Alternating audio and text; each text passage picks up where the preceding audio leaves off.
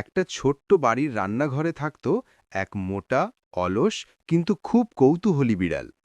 সে সারাদিন ঘুমাত আর ঘুমের ফাঁকে ফাঁকে খাওয়া দাওয়া করত। একদিন দুপুরে খাবারের ঘ্রাণে ঘুম ভেঙে গেল তার। রান্নাঘরে ঢুকে দেখে টেবিলের ওপর এক টুকরো গরম গরম মাছ রাখা। ঠিক তখনই কোথা থেকে এসে একটা মাছি টুনটুন করে উড়তে লাগলো মাছটার ওপর। বিড়াল বিরক্ত হয়ে বলল, এই, এটা আমার খাবার, দূর হও তো।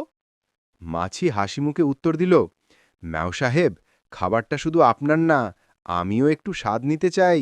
বিড়াল রেগে গর্জন করল, তোকে ধরেই খাবো। মাছি কিন্তু খুব চতুর।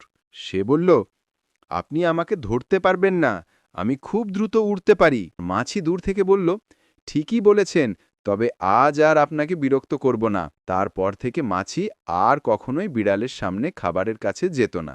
গল্পটা ভালো লাগলে লাইক আর সাবস্ক্রাইব করতে ভুলবে না।